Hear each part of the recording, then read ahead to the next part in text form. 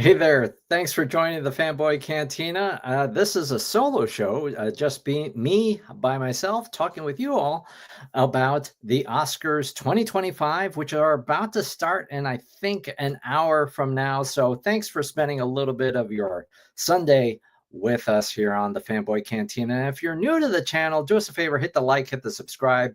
We just crossed 5,000 subscribers, if you can believe that.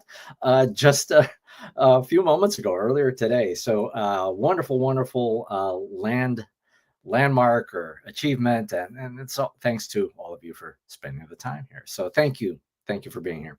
All right. So in the chat, we've got, okay, Mr. Jim Campbell, hubba, hubba.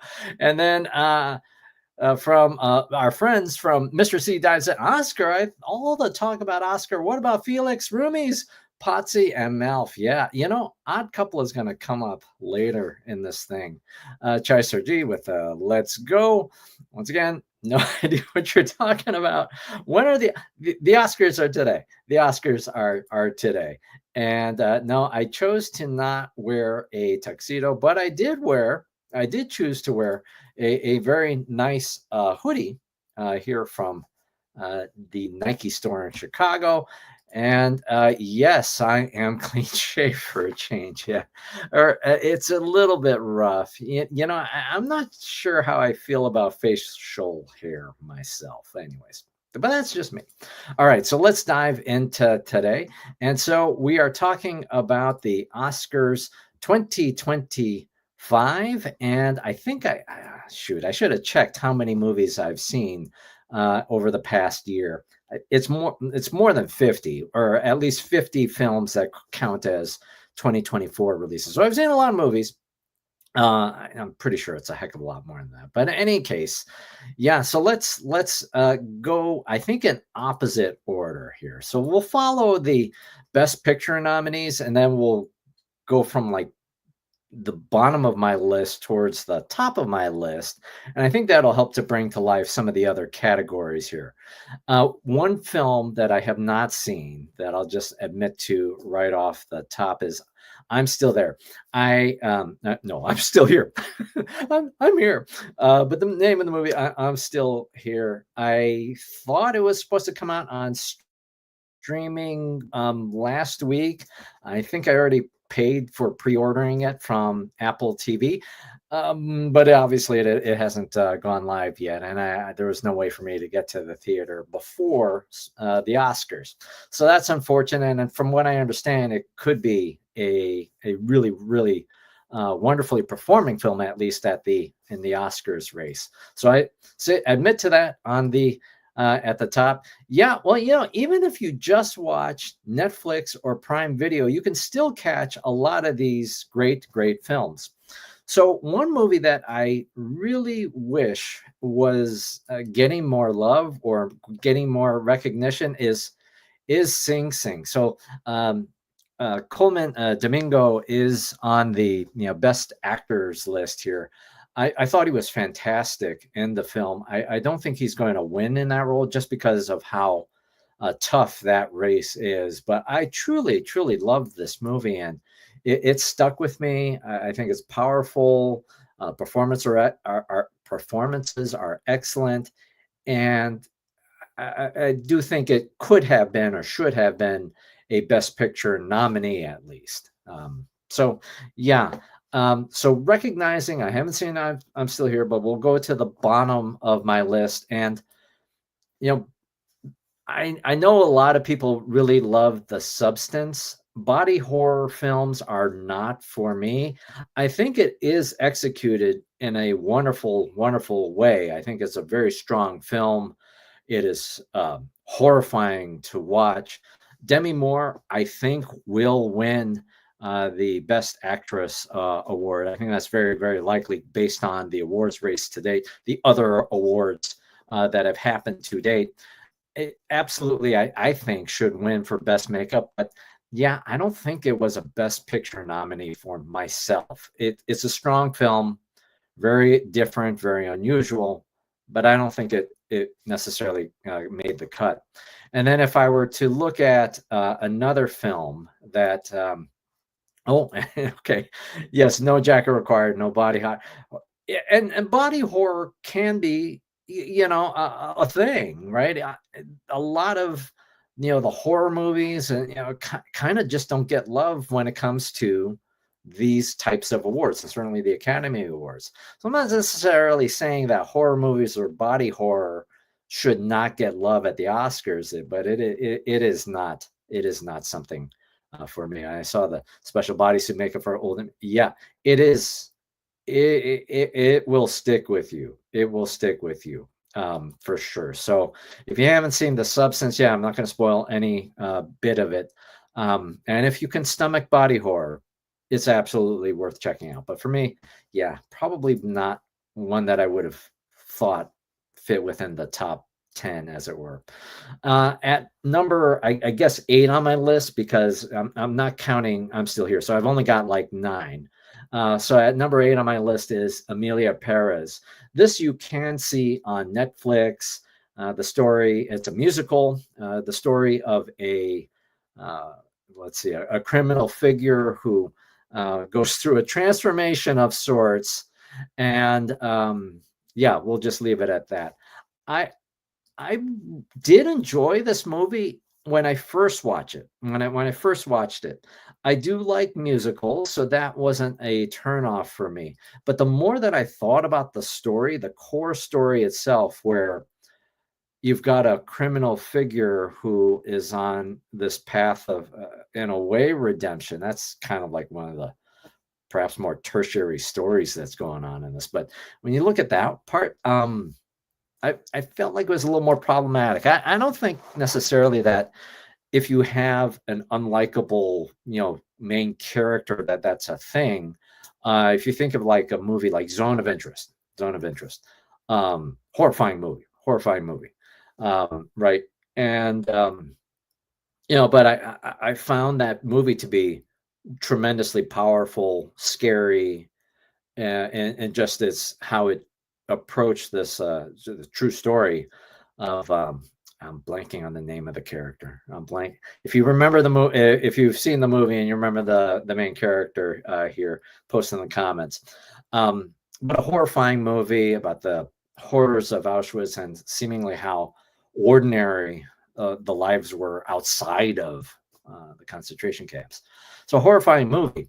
And so I think you can have movies like that, and like Emilia Perez, where you've got a central character that is perhaps unlikable, as long as there's that maybe self-awareness that they are unlikable. And here I wasn't sure if the movie was trying to make me empathize or sympathize with this character that has no like ability to recognize the damage she's causing to her family, damage to other people. I don't know. I don't know.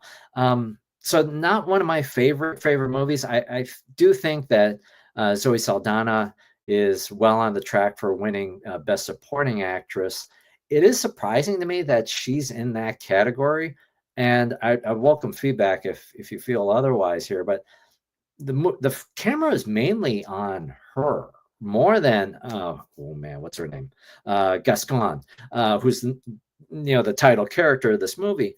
But the camera is mainly on Zoe Saldana than anybody else. So nonetheless, I think she's very, very likely to win.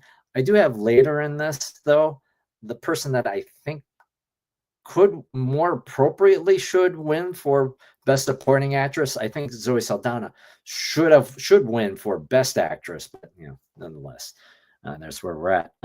Oh yeah, in terms of like editing, I would probably put Emilia Perez there. Number 7 on my list is The Conclave. So I guess I could be flipping up more pictures here. So at number 7, it is Conclave. I do like movies like this. It does hit perhaps a genre or sweet spot of movies that I like. Movies that could really work as a stage production. And I feel like The Conclave is exactly one of those movies. I did not feel though that it was a very strong thriller. I found it very interesting. I thought the performances were great. But I cannot say that I was on the edge of my seat or anything like that. There is the twist that happens at the at the tail end of the movie, and I felt like maybe that was a cheat or something. I don't know. No disrespect to the story choice there, and maybe there's some audiences that were actually turned off by that.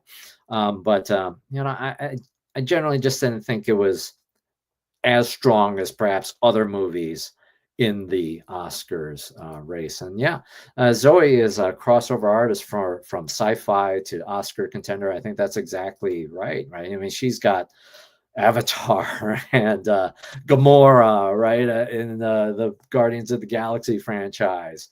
She's been in other really wonderful. She was in The Losers, right? Am I remembering that with Chris Evans of all people too? But yeah, tremendous actress, and she's phenomenal in that movie. She's phenomenal in that movie, despite everything else that I took issue with in it. Oh yeah, and that's right. She was in Star Trek, and yes, that's right. Yeah, she has. There must be like a list or a column, right? Who's been in all of the different franchises, and it'd be hard to beat somebody like Zoe Saldana for that kind of ranking. So the Conclave, if you haven't seen it yet, highly recommend checking it out. If you like the more narrative-based type of thriller, again, performances are very good.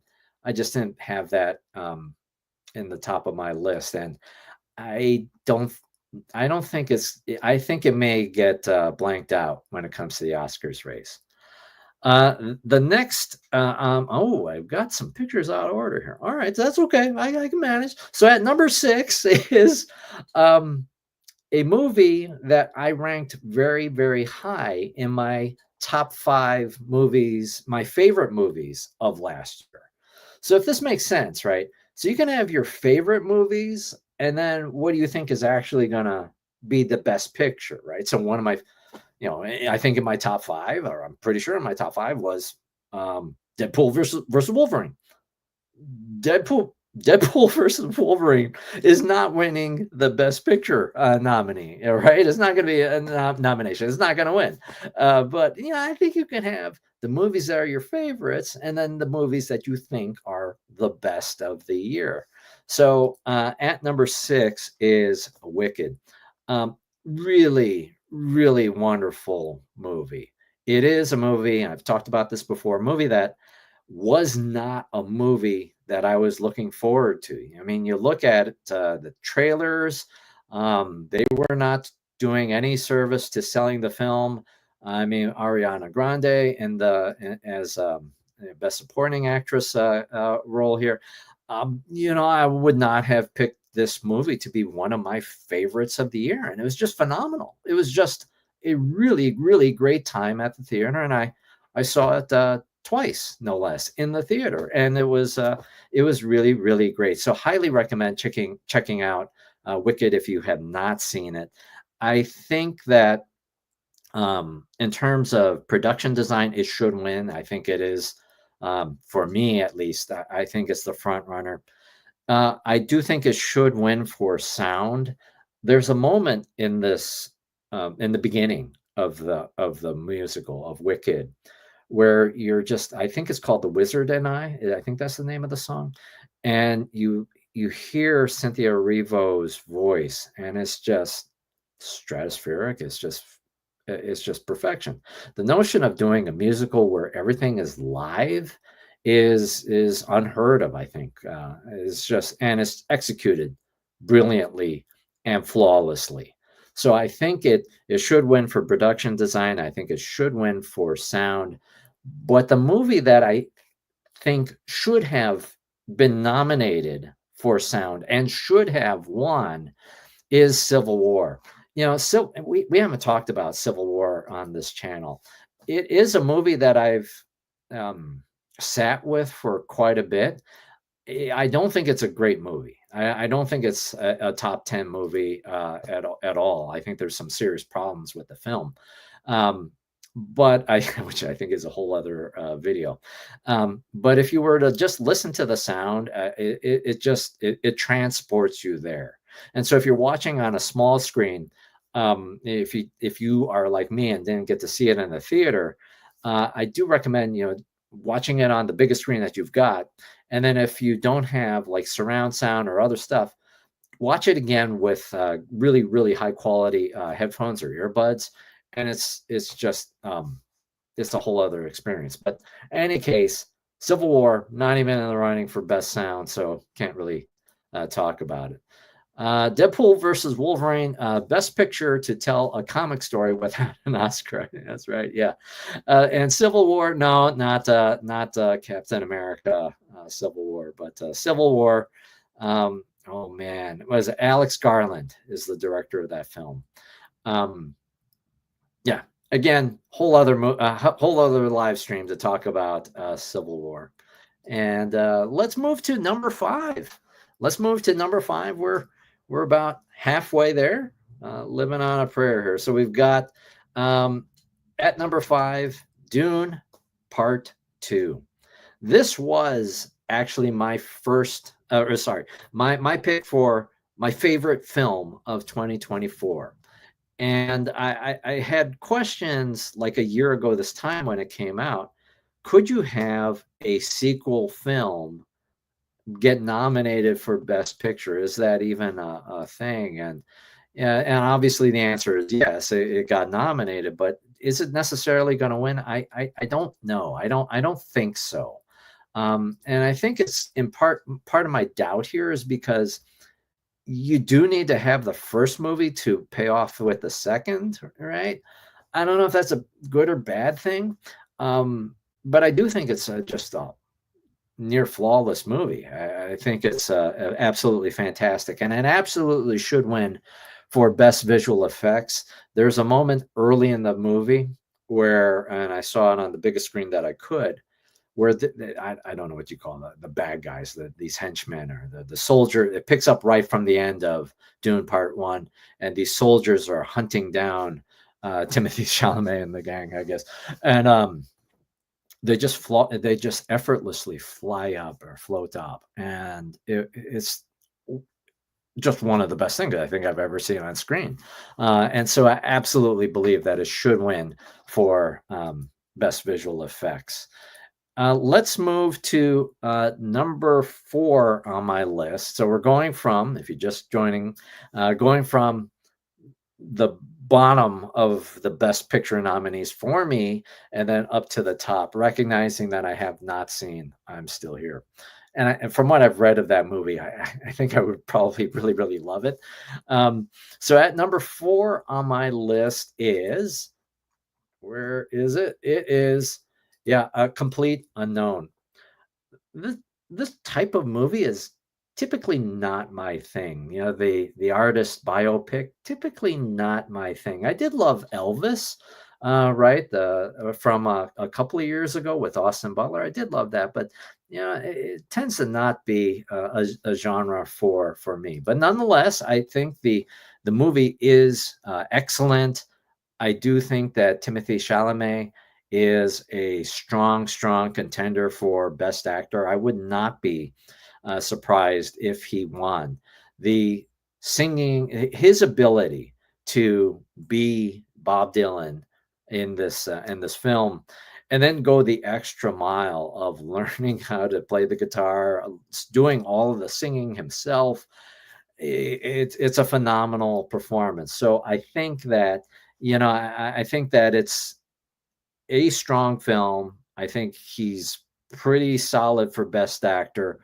But honestly, it was not one of my favorite movies of the year. It's a good movie. I think it's a little bit short. It doesn't, it dangles certain things that maybe it doesn't quite pay off, like name change was his actual, backstory or other stuff. They teased some things out, and it just doesn't quite go anywhere. I think it is maybe complicated of how Pete Seeger is characterized. I'm not an expert in Bob Dylan's history.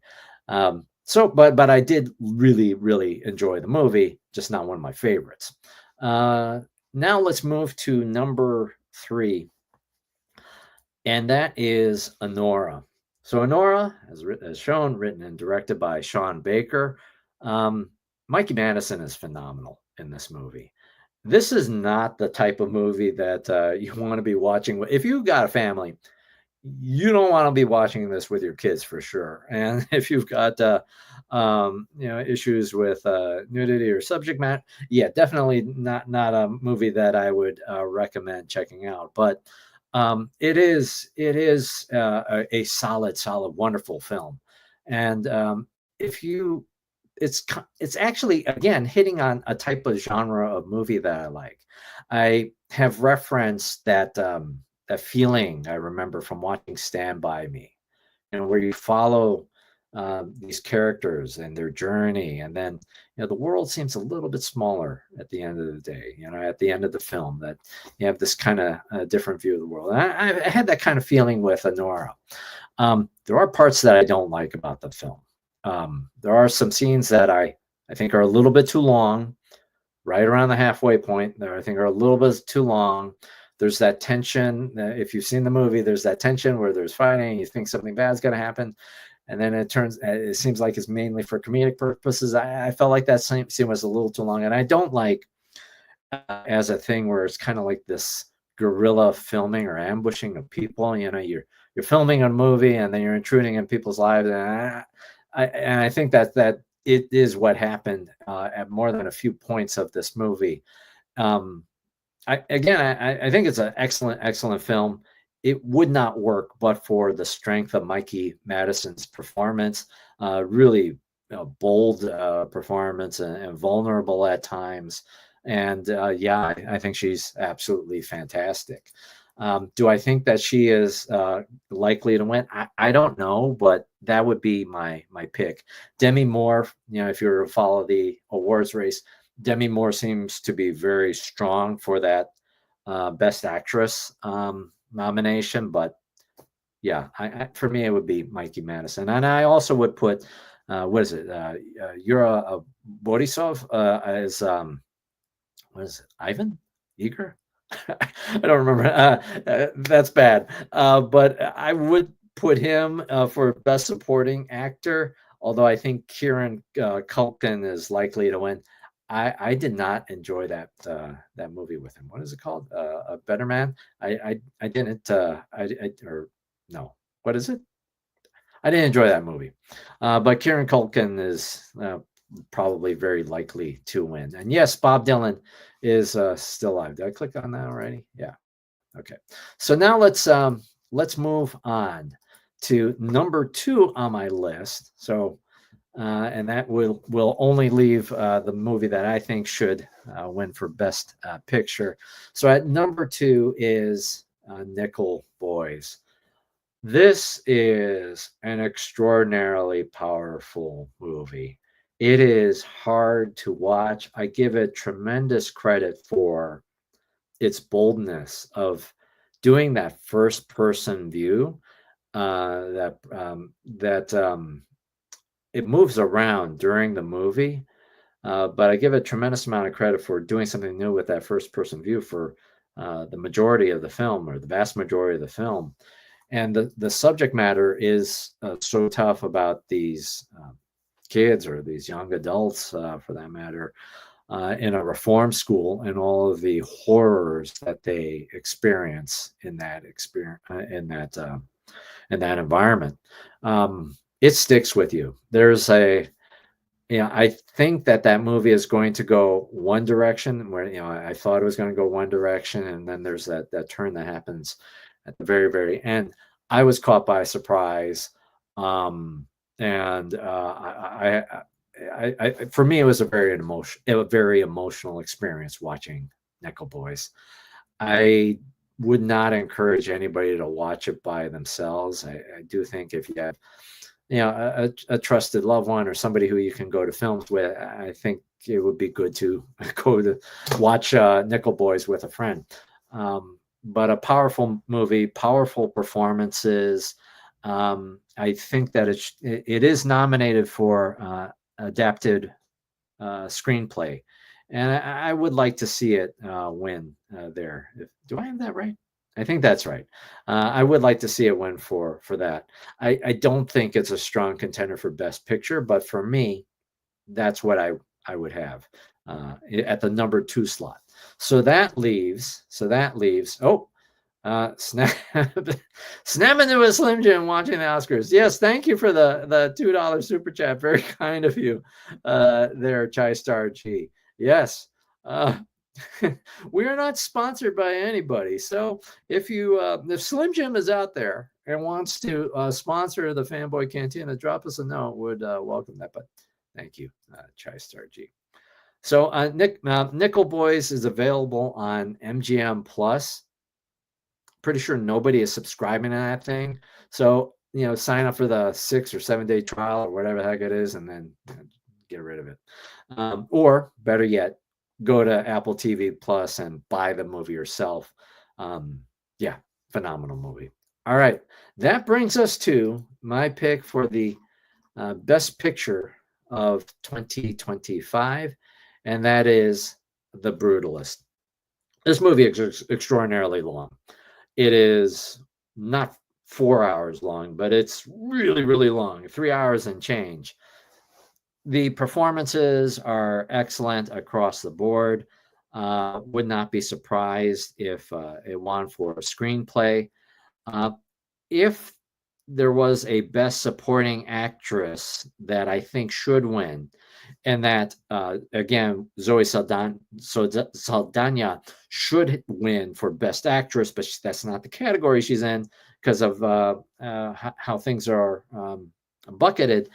But I think Felicity Jones is wonderful and should have won for best supporting actress, but for Zoe Saldana being in that category. Phenomenal movie. I think there's a lot happening in it. I might have recommended trimming down one of the side stories or the other bits of narrative. I think there are opportunities to trim it down and still execute a phenomenal movie. This is a movie that took 7 years for Brady Corbett to put together due to COVID and financing and the struggles to achieve his vision for the film. And you see everything on celluloid here, or on the film. Yeah, I think it's excellent, and I think Adrien Brody should win for Best Actor. To me, he is deserving of the Best Actor award over Timothée Chalamet. But I think it's neck and neck. There. Absolutely wonderful movie. I think Guy Pearce is in the Best Supporting Actor category. I think he's excellent. I don't think he's likely to win, but I do think he is excellent in the movie. Did not like the score of this movie. Felt like I think it was like 4 or 5 bars or whatever over and over again. Yeah, not a fan of that. But an excellent movie.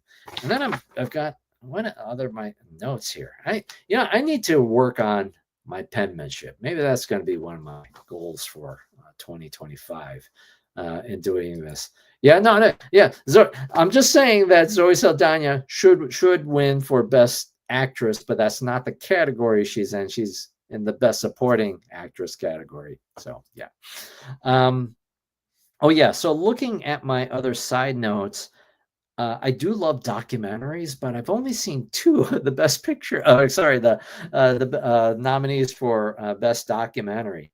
So of the 2 that I have seen, and actually the movie that for me last year would have been my favorite film that I've seen. So putting documentaries and other features together is Black Book Diaries. This is the story of Shiori Ito and her experiences after sexual assault, and it's a powerful documentary told in her own voice as she was living through it, as she was experiencing it, her fight for justice. I think it's a fantastic documentary. Unfortunately, I don't think it's likely to win because the other documentary of the 2 that I've seen that I do think is more likely to win is Porcelain War.